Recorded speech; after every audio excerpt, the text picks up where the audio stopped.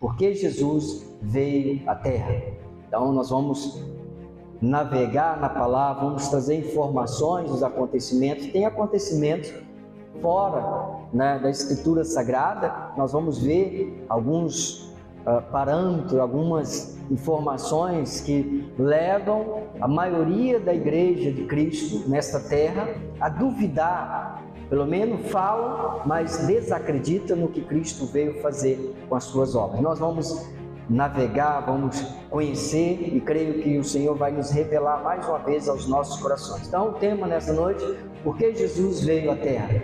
Nosso texto base está em João, capítulo 1, versículo 29 a 34. Atentai à voz de Deus, vamos ouvir Deus falar, amém? No dia seguinte, viu João a Jesus, que vinha para ele, e disse: Eis o Cordeiro de Deus, que tira o pecado do mundo. Tente o que João está dizendo. Versículo 30. É este a favor de quem eu disse: após mim vem um varão que tem a primazia, porque já existia antes de mim, porque ele é Deus. João Batista era mais velho que Jesus. Por que ele existia antes dele? Porque ele é Deus. Só existe um Deus. Versículo 31.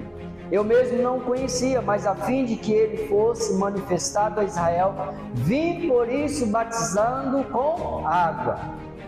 E João testemunhou, dizendo: vi o Espírito descer do céu como pombo e pousar sobre ele. Eu não conhecia, mas aquele, porém, que me enviou a batizar com água, me disse: aquele sobre quem vires descer e pousar o Espírito, este é o que batiza com Espírito Santo. Glória a Deus. Versículo 34. Pois eu, de fato, vi e tenho testificado que ele é o Filho de Deus. Uau! Glória a Deus. Olha, ouvimos João trazer que foi escolhido por Deus para preparar o caminho.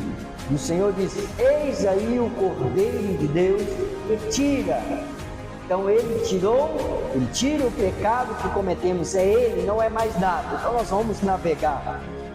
Então entendemos, amado, com o passar do tempo, por causa das lógicas, filosofias, as vãs sutilezas, o desejo pelo poder do mundo e do homem, o ensino da palavra de Deus foi tomando um rumo diferente do que das Escrituras Sagradas.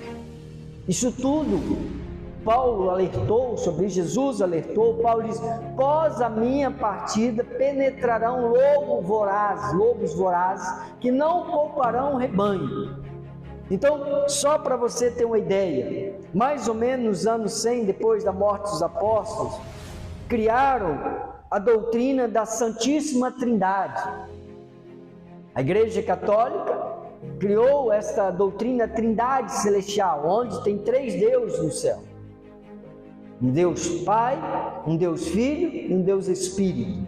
Então, eu estou trazendo informações para você ver como que a luta é grande para impedir com que haja um conhecimento completo na Igreja de Deus. Então, 100 anos depois da morte dos apóstolos, veio esta doutrina da Santíssima Trindade. E se você ver a história verídica, houve todos aqueles que se opunham contra essa doutrina eram torturados, mortos.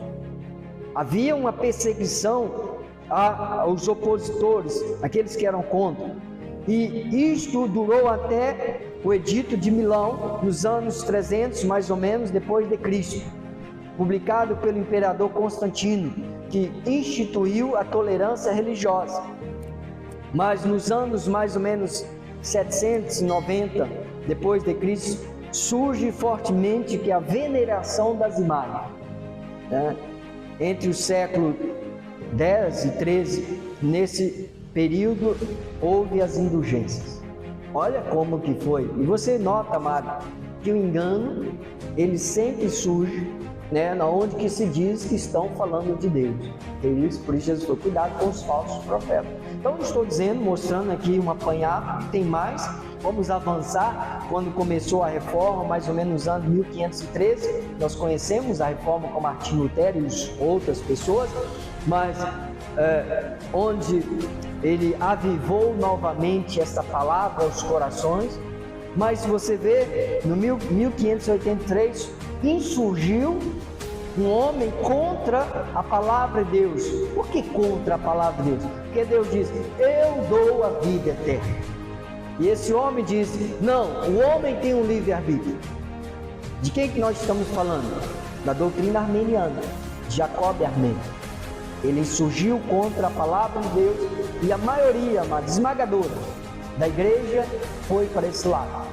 Se você conhecer a história, principalmente do Brasil, somente nos anos 1986, através do apóstolo Miguel Ângelo, começou novamente a brotar a graça de Deus. Mas todo esse período, da colonização do Brasil para cá, o que se pregava era o quê? O homem tem o livre-arbítrio. Um evangelho mentiroso, um evangelho contrário às escrituras sagradas. Isso tudo foi o quê? Os falsos profetas que introduziram essas simulações e levaram a igreja, o povo de Deus, a desacreditar no verdadeiro Deus. Deus que faz todas as coisas.